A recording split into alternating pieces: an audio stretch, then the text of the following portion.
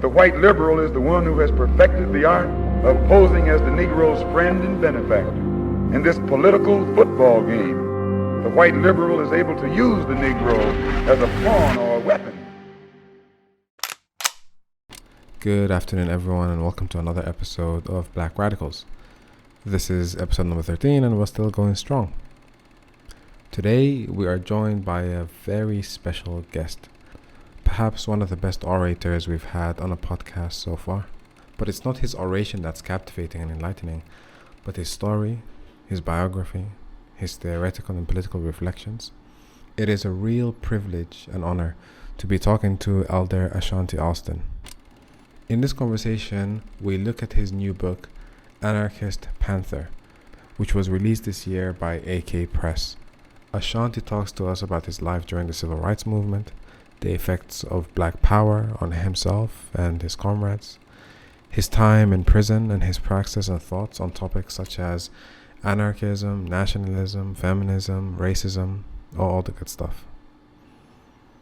Elder Ashanti was born in 1954, and at a young age he witnessed the civil rights movement, the boom of the Nation of Islam, the Black Power movement, and himself was part of the Black Panther Party. From the mid-70s to the mid-80s, Ashanti spent more than a decade in prison for bank expropriation.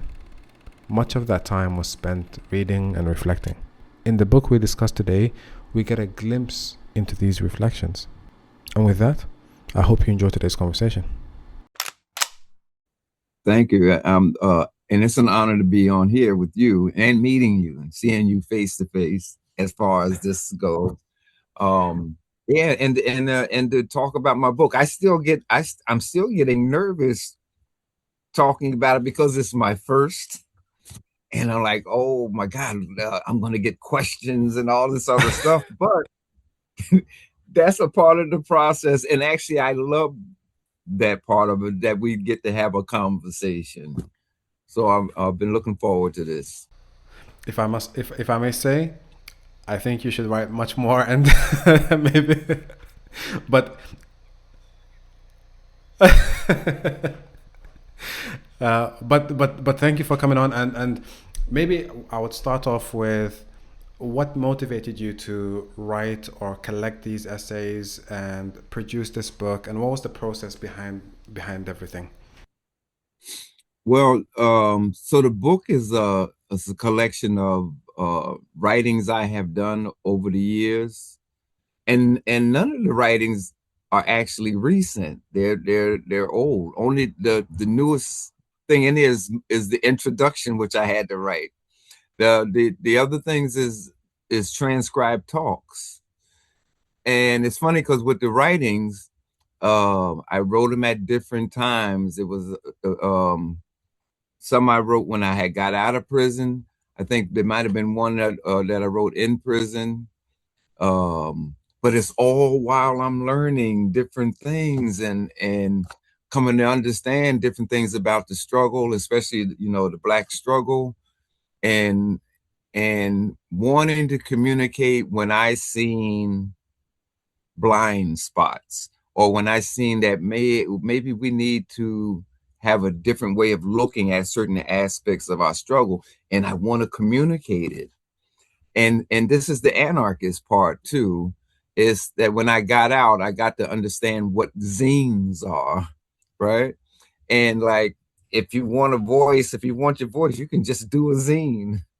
So at a certain point, I was doing this zine, and the zine was called Anarchist Panther, and I could put out not only some things I had written, but I could clip certain articles or essays or different things from different newspapers. And it's all the things I like, oh, you should read this, you should read that, but I can put it in a zine. And it became started off at 2-4 pages. And that was probably the first one.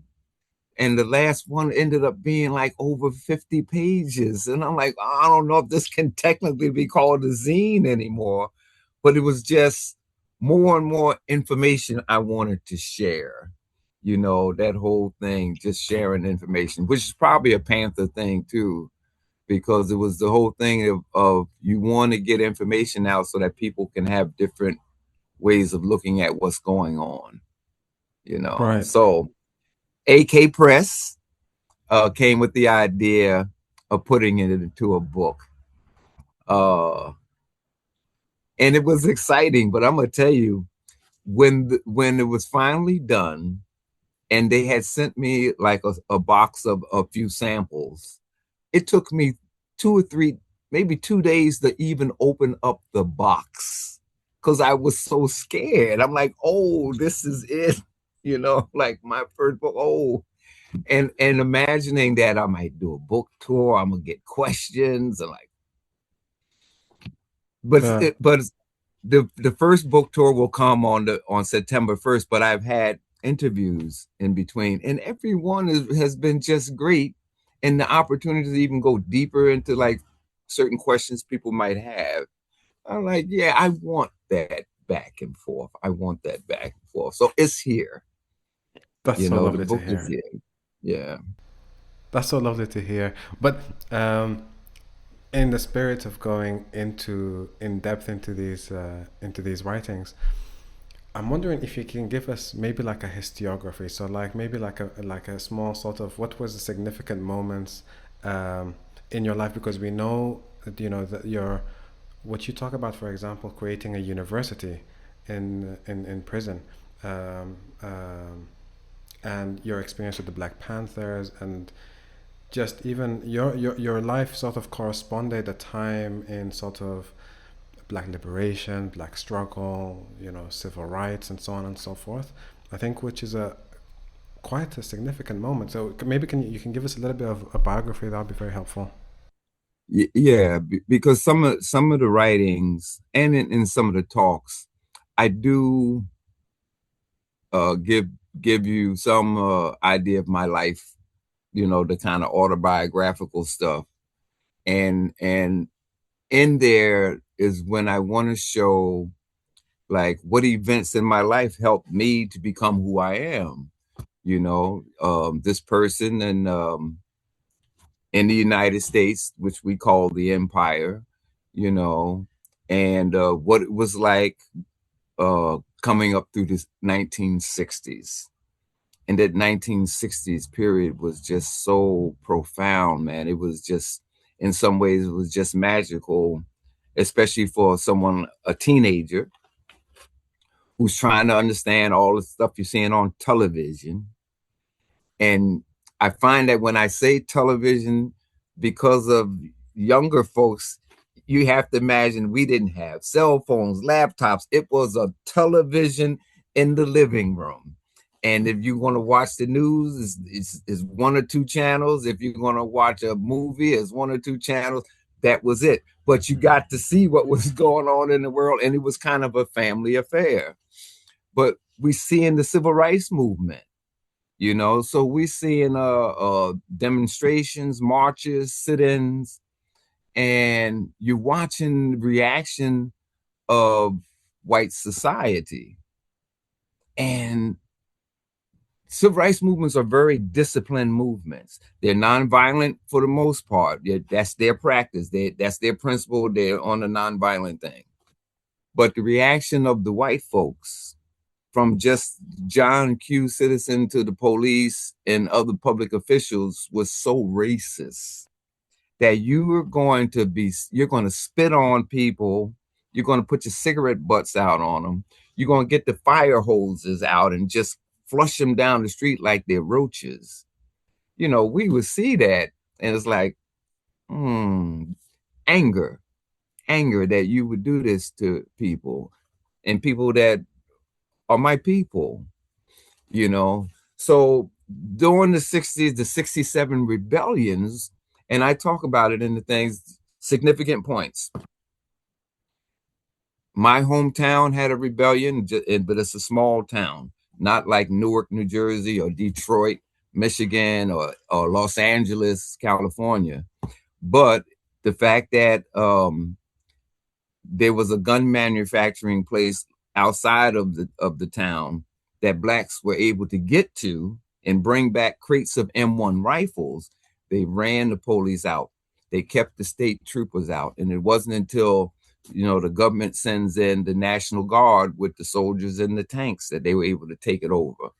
Significant for a 13-year-old to see how my people stood up and fought. And for me, that was that moment that I know that if I'm going to be a part of that movement, I want to be a part of those who are fighting back militantly, which would have been the word we used back then.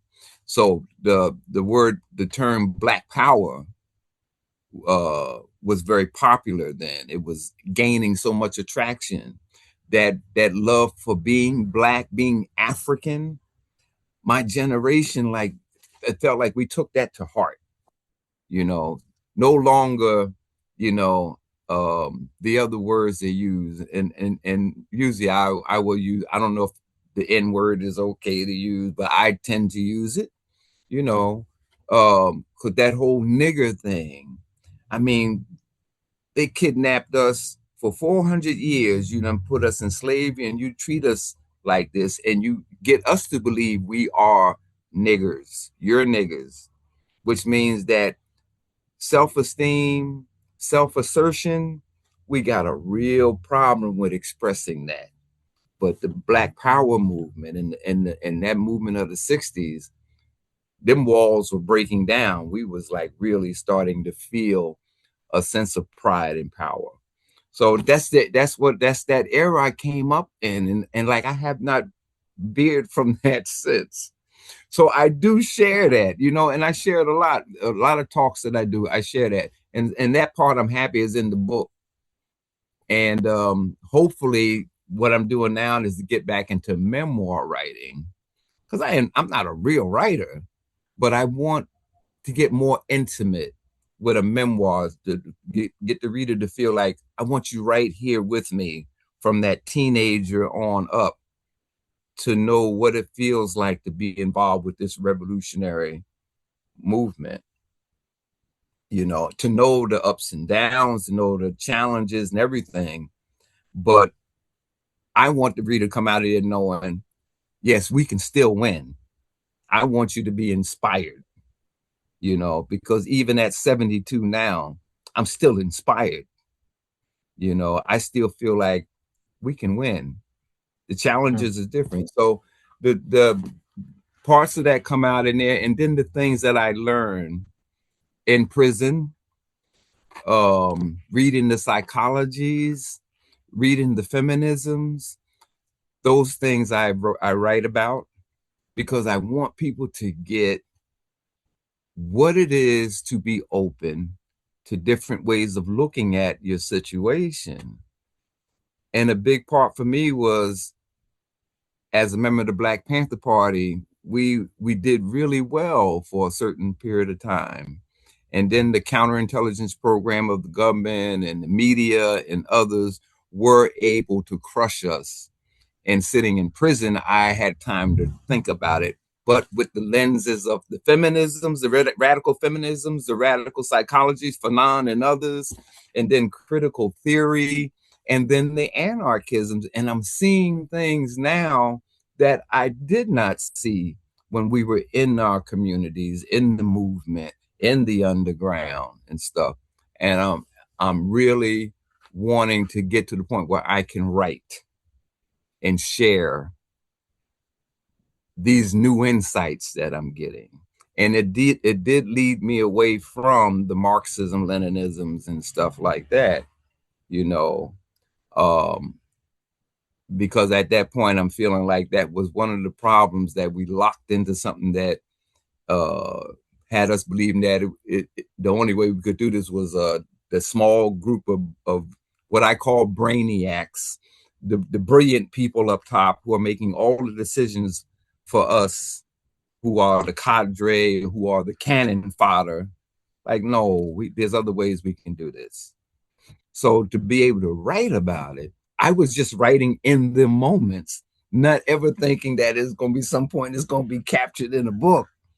It was in the moments, because I love the engagements in the moment, but then now looking at it, in my role as an elder, I'm like, okay, this is partly a big part. I ain't gonna say partly, a big part of my role now as elder to share, to be able to Yeah. share some of them experiences now and as a way of continuing my engagement, in revolutionary movement. Yeah. Yeah. And I think so much of that comes out in the book. Like you mentioned, for Mm. example, how you want the reader to sort of to be like with you in this journey in this book, experiencing or feeling the same things that you're talking about, and like the reflections that you had in prison and so on and so forth. And I think you mentioned in the book, for example, your reluctance to even start engaging with materials like from anarchist writers and so Yeah. on and so forth and so forth. Maybe you even said, I don't know if you meant it to be like somewhat humorous, but it was funny to me at least. It was like, after reading everything in prison, basically you had this these these works that like some of your comrades sent you from outside, and you were basically forced to read it. And maybe can you tell us about this experience in itself and how enlightening it was? And because you say it was a gradual thing. You read It was anarchism. gradual. Yeah. Yeah, Yes, yeah. it was gradual. And even before getting sent to prison, while we was when we first got captured and we were on trial, um, there was during the trial we had a this is New Haven, Connecticut, during a bank as a result of a bank expropriation. And so every day there's the court, and then you take you back to the jail.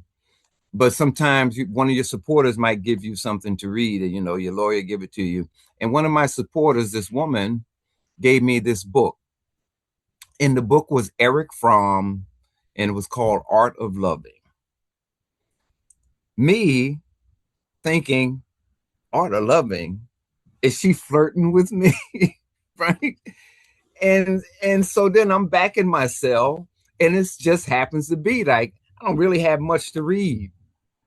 Out of boredom, I pick up the book. I say, oh, okay. She gave me the book.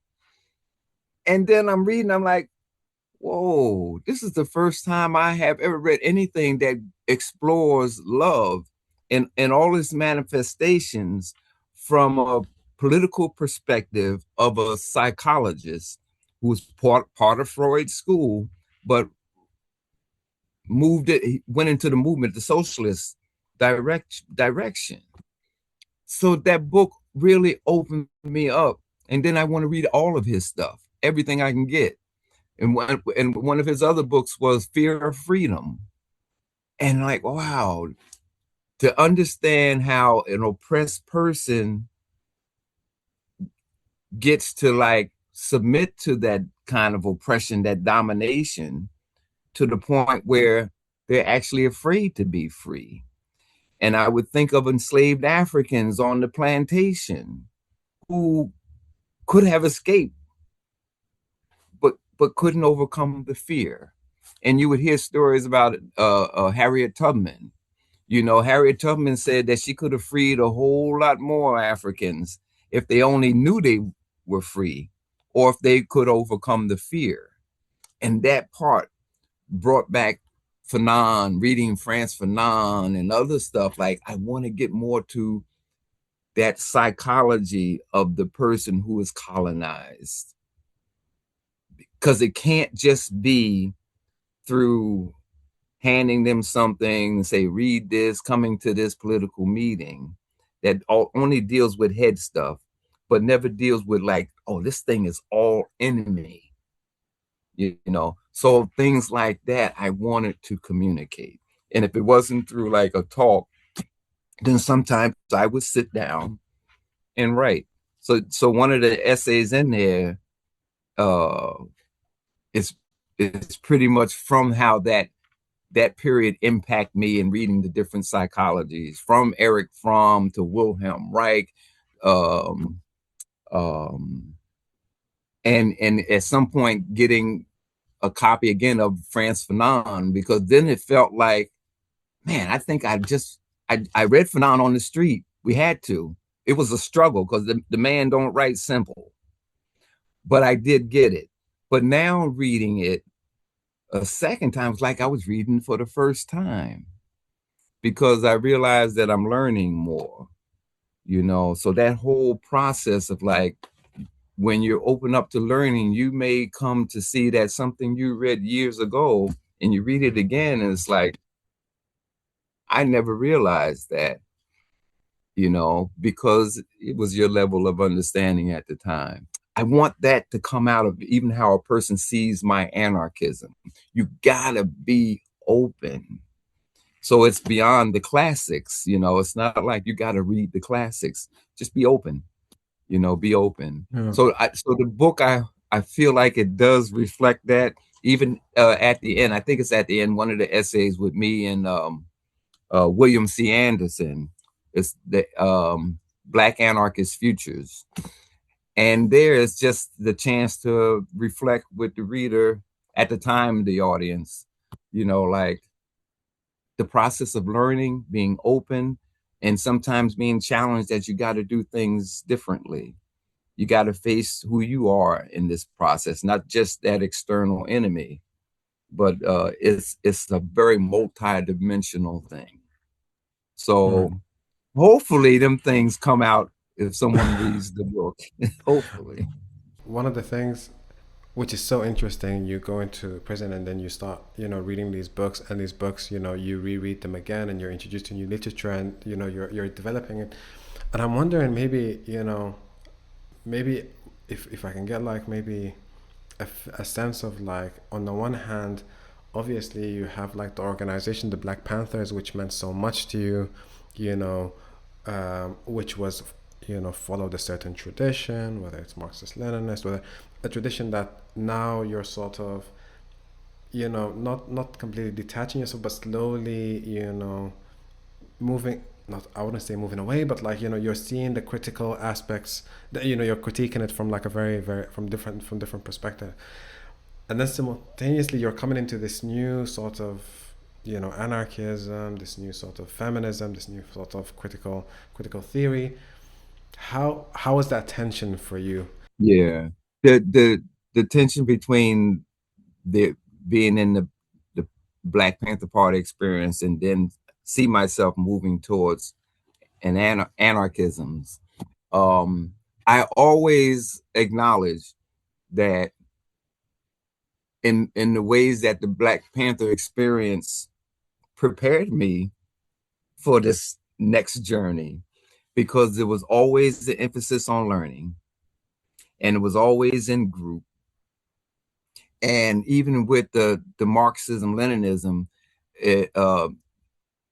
Black Panther document would always pointedly express how our Marxism, Leninism had to be understood through the Black experience.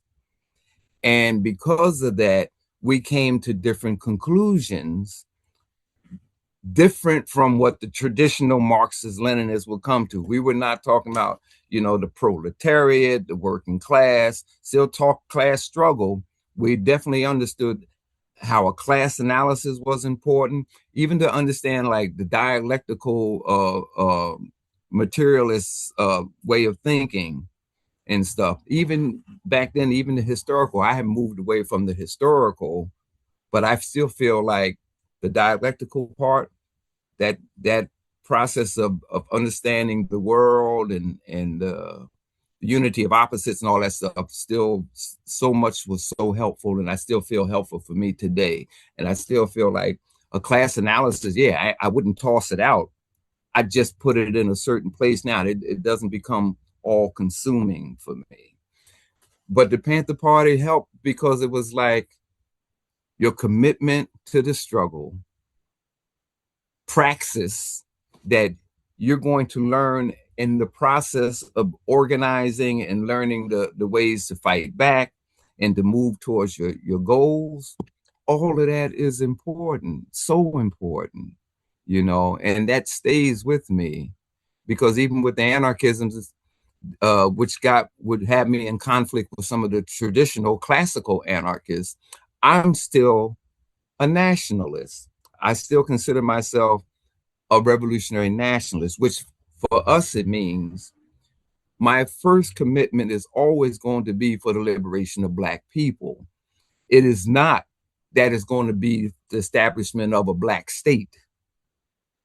And that becomes also like a point further on when I begin to realize that not all nationalism's goal is a nation state.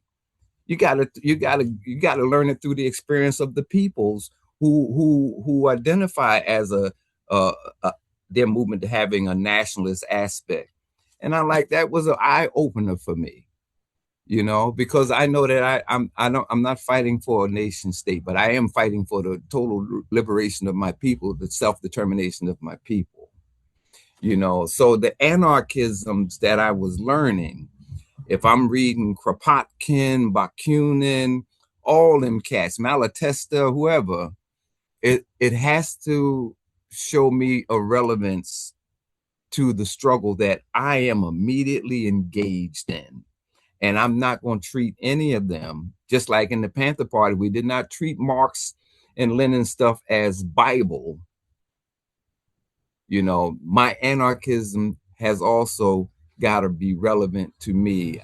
It's not the allegiance to any of the individual, icons. How do these different readings help me understand my struggle more? And being in the United States, man, listen, when I tell you how this empire affects us inside, the racism, the word I use, it is ruination. This empire has ruined us, not only here in the States, but how other people around the world see Black people here in the United States, to the point where even people from Africa and the Caribbean islands see us the same way the empire has projected us to the world. And that we have been fighting that internal battle in the 400 years we've been here. So it's like the anarchisms that I move towards or learn from help me to understand that. So if I read, and they don't even have to call themselves anarchists, but you will see from readings like some of the decolonial readings that deal with whoever the oppressed people are from a psychological perspective, you get to see that they're dealing with this not just from a political movement thing, but how to also try to decolonize how we have embodied the very enemy of our lives, and I would learn from indigenous writers here in the United States, and how they would just try to deal with on the reservations the high levels of alcoholism, diabetes, high blood pressure. And when I started reading that, I'm like, wow, we deal with them same issues in the Black community, but they connected it to the conquest, to the European conquest of Turtle Island, called the United States, or North and South America, however,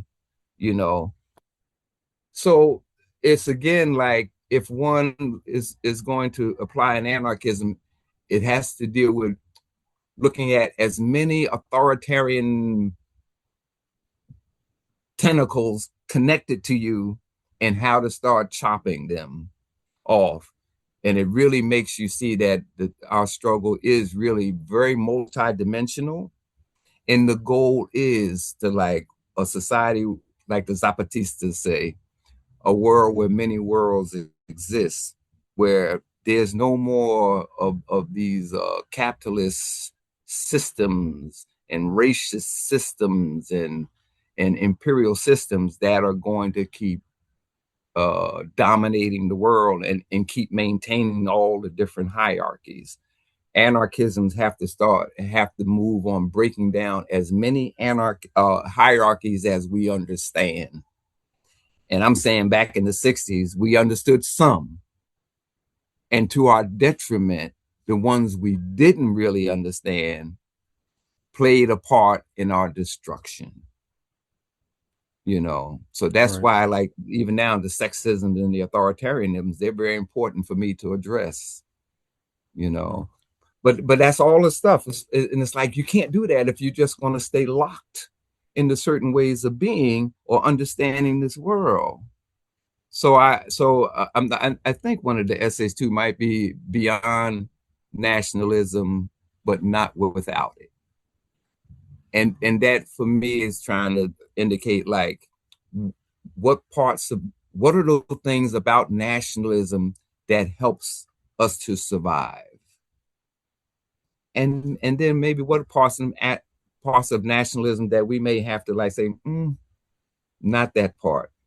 Mm. But can we move beyond? Can we stretch it? Can we enrich it with some other things so that it becomes more inclusive and even more possible to really see how liberatory spaces we can create under this empire, until the point where this empire is actually destroyed. Mm. You got to constantly be open for it. So I don't want nothing to come out in that book that, like, says I got the answers. I want, like, no, we gonna figure this out Yeah. as we go, because there's so much to understand. So they can't no one come along and show me a blueprint that says, oh no, it can go this way here because it happened over there. No. So my thing is, let's be open. And that's a very anarchistic way of being, Right. because then we know that whatever might seem to be, that is going to change. That's that dialectical thing too, being in a constant state of change. And do you understand it? you know so Right. that's my hope. Right. And I think it's, I mean, you've spoken so powerfully. I think, um, it really moves when you say, for example, how the empire has affect, the word you use is like ruin, it's like it ruins, the us. I think I have to say, while, the empire does project a certain image of, let's say, of the Negro or whatever abroad, I think also, I must say, the struggles of black people in America has rippled. I mean, yeah, I mean, this podcast is just an example of, like, like taking from those struggles. And I haven't been to America, but obviously we share, like, the blackness and so on and so forth. But it does ripple. Um, in one part of the book, you talk about, for example, how in the black community, one of the psychological things that you talk about, and I think it relates to the ruinous that you spoke of, is self-esteem. And I'm wondering, how do you get to that, and how do you work with that, and how do you understand it, if you can speak about it? Well, this is one of the things that Black Power movement definitely showed me what it meant when you even start finding out about your story. I was going to say history. I'm trying to even get away from that word, his story. But it meant a lot for me to start learning about real Black history, and not what the public school system and others was giving you. Because if you left it up to them, our history started in with slavery and all this other stuff, and then massa just allowed us to do certain other things later on. Oh, they freed us, and then you start learning the real stories of these things, and it's like, oh no, we've been fighting, we've been resisting from the moment of capture on the coast of West Africa, in the ship, landing here, we were fighting. All of that was, like, really great for me to know. And then to start learning about Africa itself and all these different civilizations over there, all the things that they had done, and then their anti-colonial struggles. It did a lot for my self-esteem, but it was doing a lot for a lot of other young folks of my generation. That was powerful. Here comes the afro. Here comes the earring. Here comes the dashikis. We start changing our names and stuff. That was powerful. That had never happened like that before our generation. And it showed me that, which is why the nationalism thing, a big part of that was like the work that others had done for generations to get us to remember who we are, how we got here, and that we have always fought back.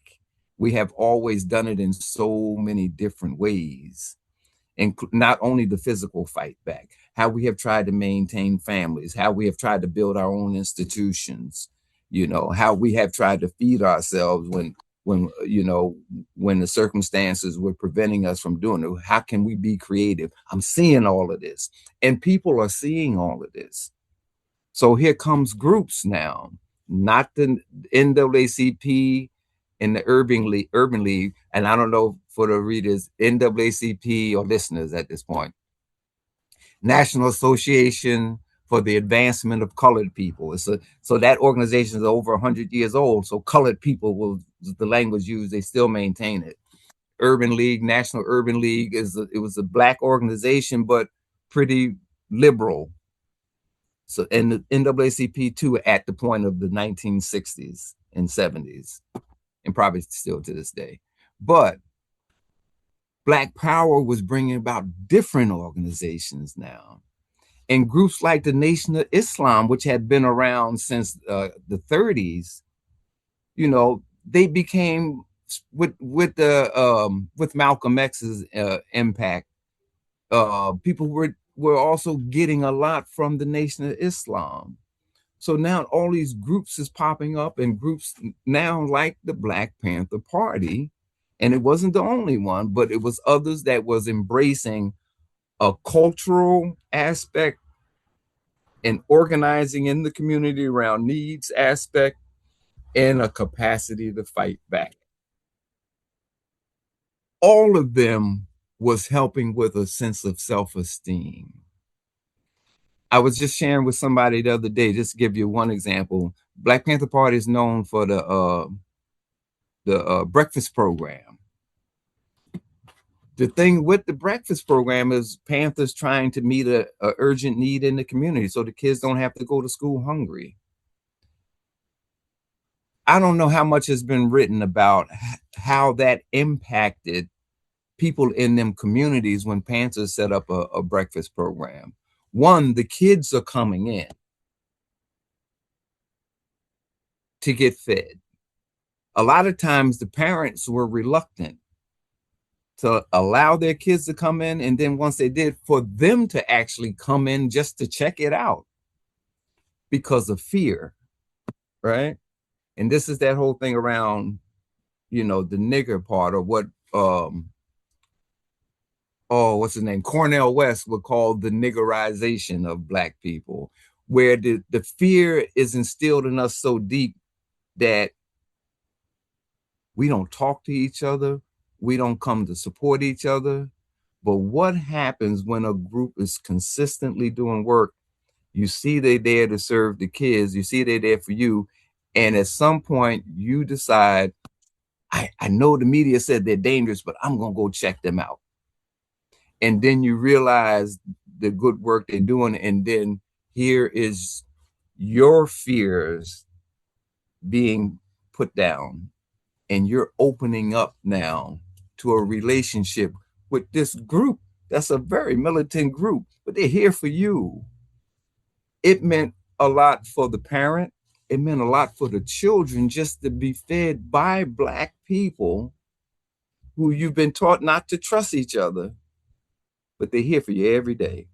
But I don't even think Panthers realize, and this is me in reflection, retrospect, I don't think we realized the impact that had on us, that they trusted us, and what kind of great feeling it was to be serving the people. That was that thing about the Black Panther Party. We are servants of the people, and that aspect there is like when you talk about self-esteem, it's an empowering thing too. you realize what organized people can do. And so now, all power to the people. Spread power to the people. People could not only get the expression, but they get it because they're experiencing it in practice. That we're going to stand up to these oppressors too, but we're going to show up for each other in ways that we had really never done before, except in certain isolated instances that have been like taken out of the history books, and you got to go dig to find them.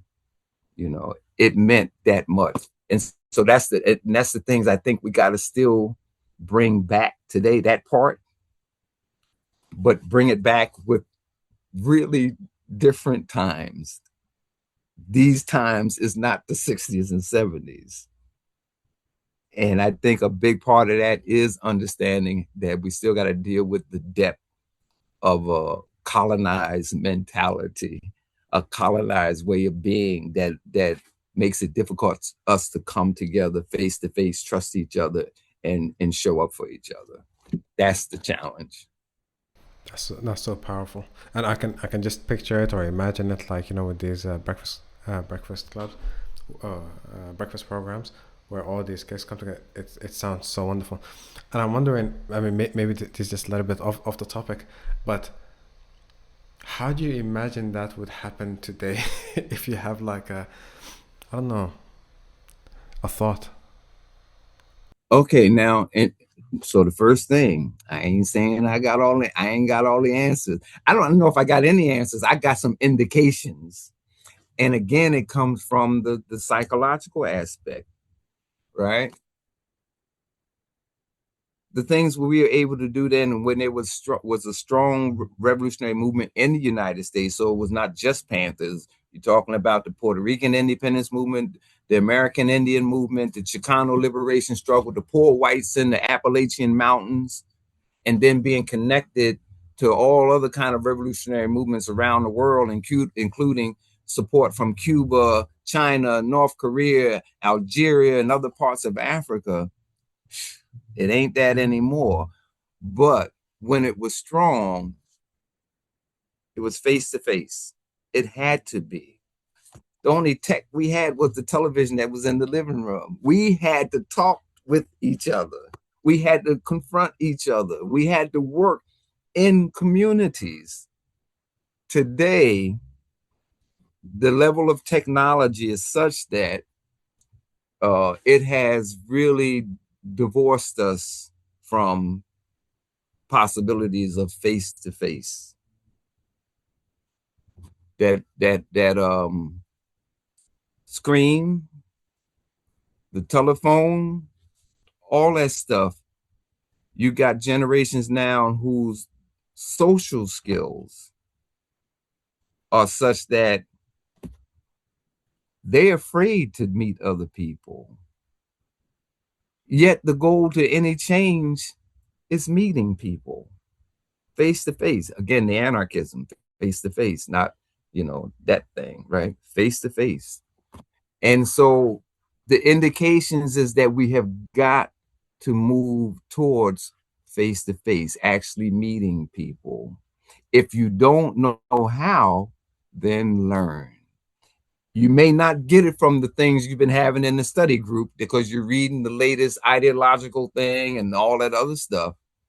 But some of it is as simple as, if you're afraid, then figure out in your groups, how can you help break down the fear of just meeting people where they're at and where you're at? Because I think in the process of the face-to-face, you may see the things that you're lacking that makes it a little difficult for you to have a conversation. But then that also says you have an opportunity to learn it. You know, you have to learn it. And it's really simple, but you've been reading more of the very sophisticated ideological stuff. You've let something slip that is right in front of your face, that you have difficulties relating to people. So the one is to support groups that are in the community doing that kind of work, but then to recognize if you want to do that as well, because you feel you have some things to offer, then you got to learn it. That means we can't rush. You got to take your time. And there are people, there's readings and people out there with the skills that can help you do that and move in that direction. But you got to see it and you got to want to do that. Otherwise there can't be no revolution. There can't be no change. And still in particulars, like our struggle as Black people, as African people, is going to have certain differences than what indigenous people are going to deal with, or what white folks is going to deal with, or what people who work, so-called working class, are going to deal with. But that's a part of this thing here. Is like, okay, maybe we need to like reappraise so much about what we've been doing, because what we've been doing hasn't gotten us far. And look at what we're facing in the world today with the madman in the White House, with the situation and with what the Zionists in the United States is doing to the Palestinian people, the Iranians, and all around the world too, because there's U.S. bases all around the world, and U.S. controls so many countries all around the world. And you see too what they're doing to Africa still. We're in a bad way, even as far as the planet is concerned. So there's a sense of urgency, but I learned that even with the urgency, if you don't get the relations right in your immediacy, we lose. Getting that right means we got to take our time. That's like the turtle and the tortoise. The turtle wins the race, right? Tortoise might be faster, but let's get there. Let's get ourselves in the best position. Which means we got to do a lot of work on ourselves and within the community with each other, because we're dealing with so many issues that have impacted us so deeply. Our power can only come, that transformative power can only come if we take our time and try to, in a sense, integrate the learnings that we can get from like the decolonial psychologies to see how much we gotta change in the process.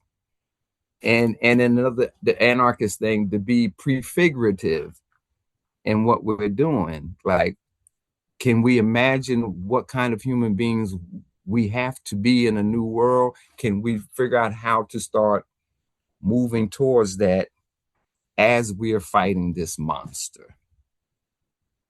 So those are the things I learned. And those are the things that I want to get out as an elder. I think these things do get out, and like I said, like the book is so eclectic, and like it brings so many of these thoughts and takes you with it.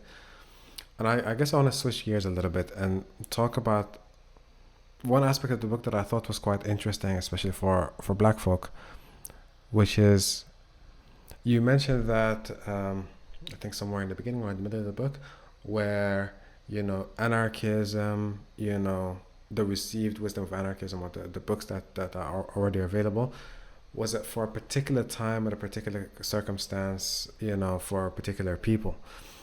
And one of the things when you're going into anarchism, when you sort of, thought about it and read this literature and, sort of put it into practice, you wanted to see how you can relate it to your certain situation or your people and so on and so forth. And so I'm wondering, how did that process come about? Like, what did you have to do first? What was in anarchism that you can take, but then simultaneously something that you had to develop for your own particular circumstance? Oh, that's a great question. I know that which I spoke to already, like being in prison, and I'm reading everything from the critical theories to the feminisms and anarchisms and stuff, and how each of them lenses gave me ways to see my own struggle differently, and then as you're going, you also see that you also see the need to start developing a way of seeing your particular struggles or minds. Like here in the United States, like I start putting down thoughts about, I've learned from these other things, but are there other things that we need to do collectively to develop a way of seeing our struggle that helps guide us beyond the mistakes that we've made in the past, beyond the blind spots that we didn't necessarily see. So I learned from especially my women comrades and my queer comrades, why they read people like Octavia Butler, why they read science fiction writers, why is the queer movement, particularly in the Black and people of color movements, Black and brown movements, why is that growing and becoming stronger? And it just feels to me that it's dealing with what's the next challenge in this period that we're in, that really challenges not only the conquest. Muhammad Abdul speaks of the year 1492 as that year that changed everything, and helps to understand why we're in this situation today. And for me, it also helps me to understand why, with this advanced technological world and how it has changed the relationships of people all over the world in negative ways, what's our next challenge? And I feel that the next one is like we're challenged to be such a different kind of human being in the world that no one has had to face before, no other era like that.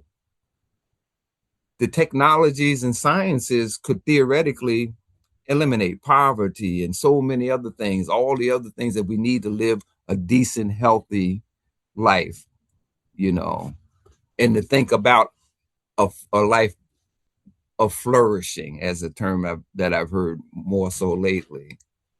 But it's still controlled by the powers that be. But for the revolutionary now, we still got to figure out on what levels do we really need to see this in the part that we can play. And I think more writings have to come out on that. And I'm sure that there are, right?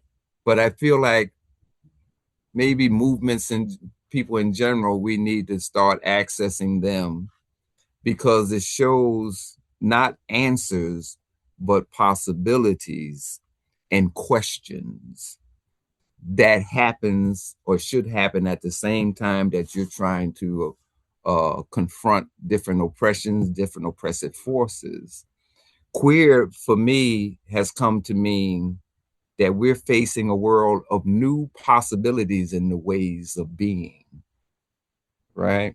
It's just like when the women's movement got strong, it really made men confront our behavior as men. But I feel like queer is putting us at the point of challenging, man, let's do away with the whole idea, concept, and everything because of what it has done to the world,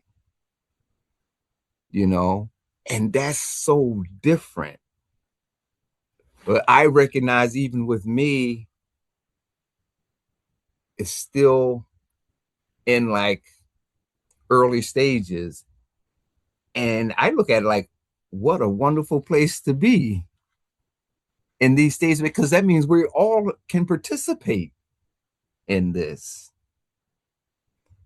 And for me, I want people to see like it is a wonderful place to be. And as some say, what a great time to be alive.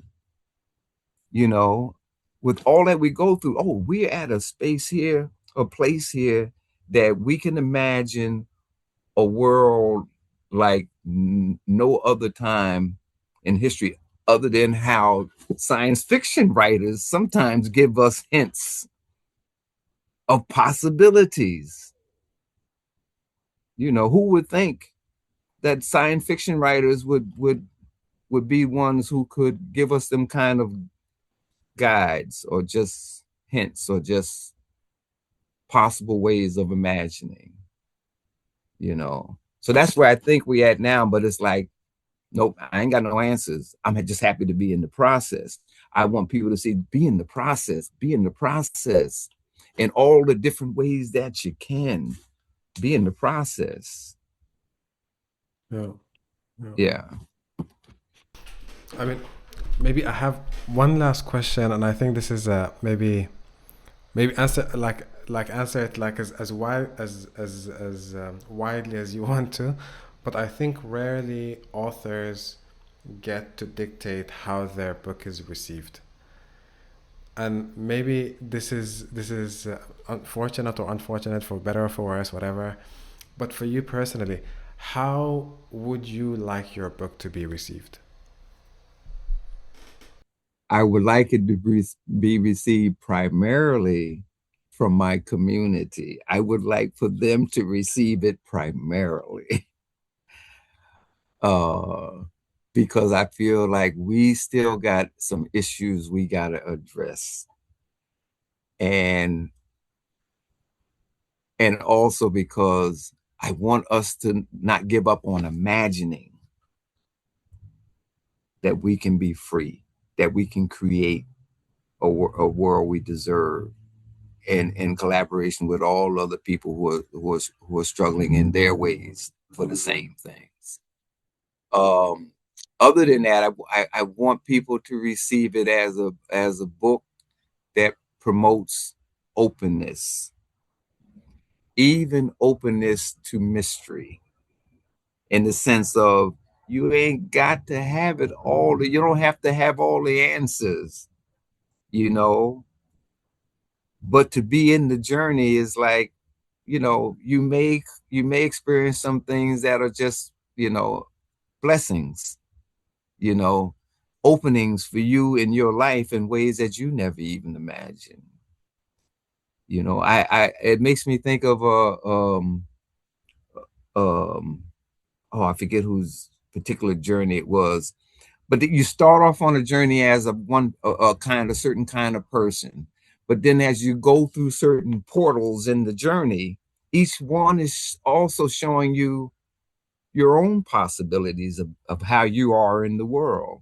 And things you find that you are so grateful that you can now let go of some of the ways that you have been in the world that have never allowed you to feel alive or affirming and stuff. I'm like, God, man, if they get that from the book, I'm good. And I want everybody. I mean, there's so many people I have met in my lifetime of all races, sexes, perspectives. Even my Marxist comrades, my Marxist Leninist comrades. I want them to read it. They might just get a lot. They don't even have to agree with everything, but do you understand, like, this anarchism now isn't something that's just as you see chaos, no leadership, oh, it can never work. No, it ain't never been that, you know, no. And we ain't even anti-leadership. We just don't want it to be permanent, you know? So give people an opportunity to kind of see anarchism differently. And I'm really clear, it's not a classical anarchism. And that for me is very important too.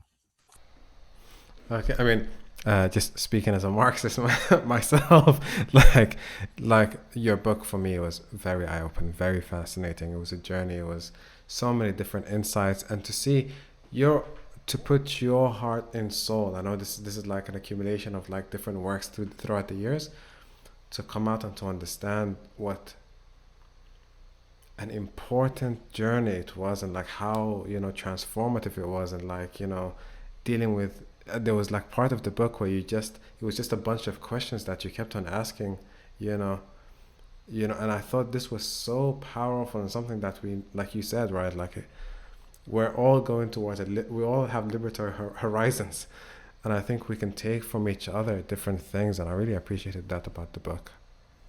Thank you. And I don't want to. That's what one of the reasons I say I'm not classical, because not all the anarchists is going to necessarily agree with it. But even the thing with those who identify as Marxists or Marxist Leninists, I want the face to face thing to be important. I want the inclusiveness to be important, and I want even the imagination to be important about what kind of society we want. We have to figure that out still collectively. We still got to sit down and figure that out from all our collective movements, you know. And so one of the things that I do talk about sometimes is how the Panther Party did a Revolutionary People's Constitutional Convention, and that was supposed to bring together everybody and all the movements in the United States, the indigenous folks and everybody, to like imagine what this United States would look like if a revolution occurred. I still think that's an important idea. Is just that I want people to get, especially here, North America and South, that this, at least North America, this is still Turtle Island. So this is still a continuation of a conquest. The people are still here. So for me, whether you're Marxist, anarchist, or whatever, let's not talk a socialist, communist society or class struggle to the point where you're not in constant dialogue with the indigenous nations here. So we won't be so arrogant as to say, oh, well, we're going to have a socialist society, we're going to have a communist society. No, we're going to have a conversation with the indigenous folks of this land, and we're going to figure it out together, what that might look like. And again, that's where the Zapatista thing, because we all bring certain gifts to the table. You know, can we create a world that takes into consideration all of our stories about how we got here? And I don't know how that might, you know, like, because you're in Germany, and I just met somebody yesterday who's in Amsterdam and stuff. But so that's the diaspora.